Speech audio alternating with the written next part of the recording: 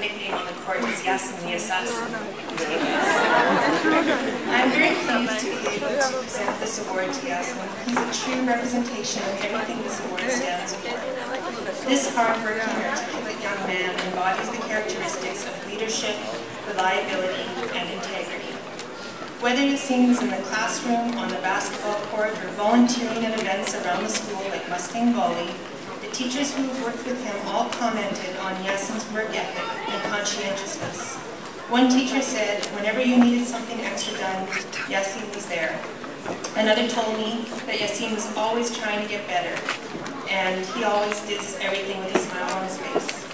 He never missed a basketball practice, even when he was deathly ill, and he can always be depended on getting things done, and getting it done to a very high standard. In the classroom, it was observed that when he finished his work first, he'd use his extra time to help other students in the class. Congratulations, Yassin.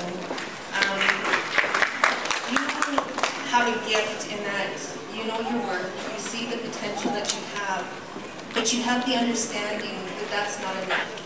That you know that there's hard work and commitment to reach that potential, and you strive to do the best, and that's what makes you a leader, makes you reliable, and gives you integrity.